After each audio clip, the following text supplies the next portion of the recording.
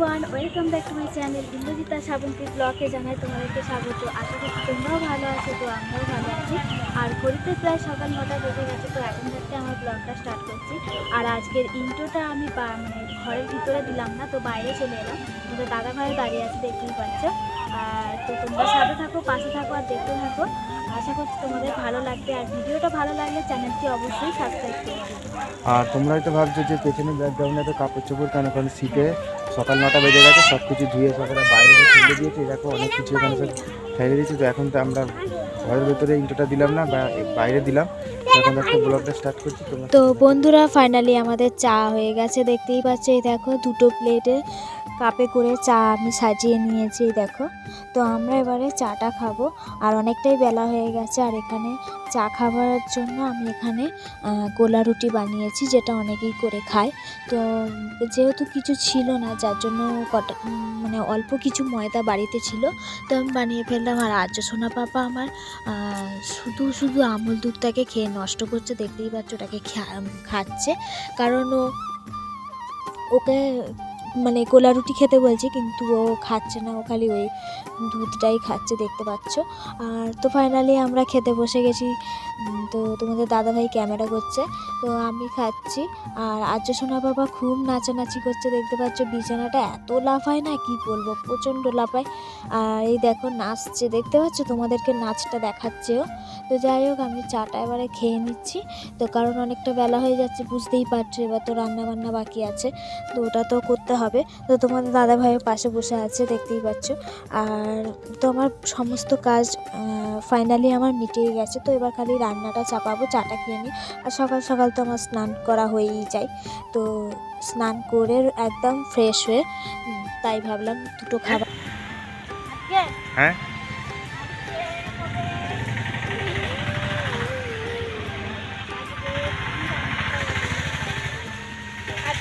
ট্যাংরা মাছের ঝাল, ট্যাংরা মাছ নিয়ে আসবে বাজার থেকে, ওটা নিয়ে আসবে পরে। ট্যাংরা মাছের ঝাল হবে, ভাত ভাজা হবে। যা বেলা হয়ে গেছে, 10:30 বাজে, গিয়ে দেখি যদি পাওয়া যায়। মা এগুলো সব উল্টে দিয়েছে, আমি আর উল্টানো হয়ে গেছে, তাহলে বাজারে চলে যাচ্ছি। আর টমেটো আনবে, ধনে পাতা আনবে।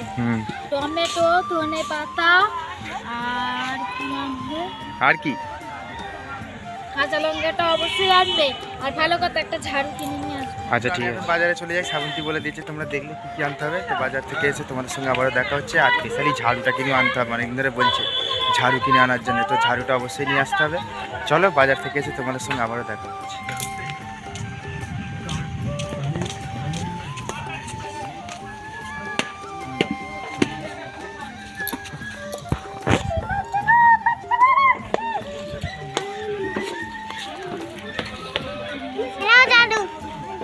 হ্যাঁ, ওটাই কলা, পাকা নয়, পাকা। পাকা।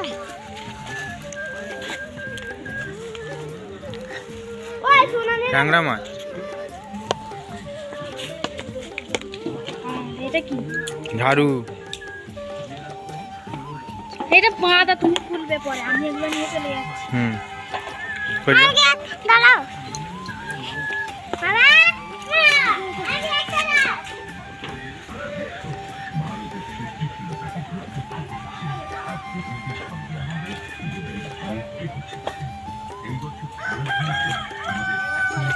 এই ঠাকুরের গ্লাসটা কেন নিয়ে এসেছিস?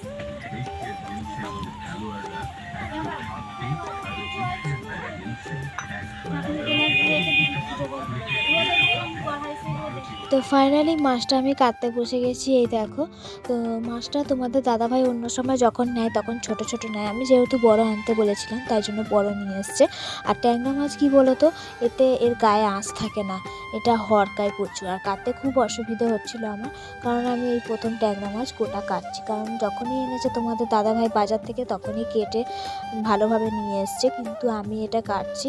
দেখতেই পাচ্ছি আমি কাটতে পারছি না, অনেকক্ষণ ধরে করে করে কাটতে হচ্ছে, কারণ এর গাটা প্রচুর হরকানি, তাই জন্য। আর তোমরা ট্যাংরা মাছ খাও কি, হয়তো খেয়েছো কি খাও আমি অতটা জানি না, কিন্তু তোমাদের দাদাভাই এটা খুব ভালোবাসে। আদা রসুন দিয়ে পেঁয়াজ দিয়ে ঝাল করলে ওর খেতে খুব ভালো লাগে। আমাদের আজ সোনা পাপাও ভাজা রাখলে ওর জন্য ও খায়। তো যাই হোক, আমি মাছটা ভালো করে বেছে নিচ্ছি, কারণ আর রোদটাই বসেছি দেখতেই পাচ্ছ। আর ওখানে একটা চাদর শুকনো করতে দেওয়া আছে, তো চাদরটা আমার মুখে বারবার পড়ছে।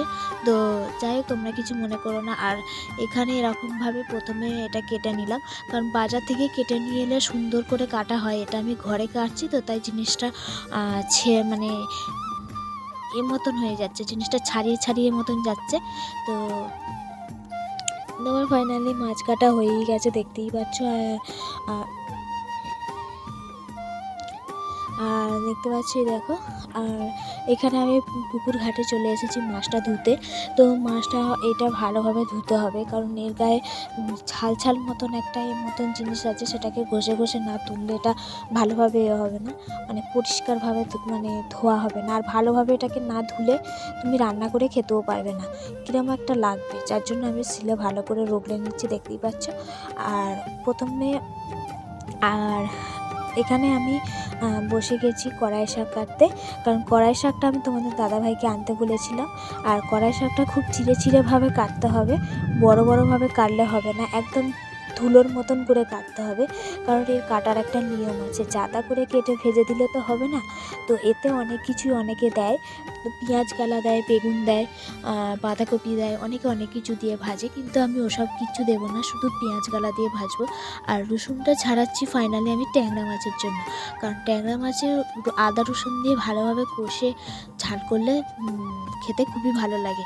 তো যাই হোক, রসুনটা আমি ছাড়িয়ে নিচ্ছি। আর এখানে মাছ ধুয়ে নুন হলুদ মাখিয়ে রাখা আছে, আর এখানে ধনেপাতার আঁটি আছে দেখতেই পাচ্ছ, কারণ যেহেতু তোমাদের দাদাভাইকে আমি বলেছিলাম আনতে, তো তোমাদের দাদাভাই এনেছে।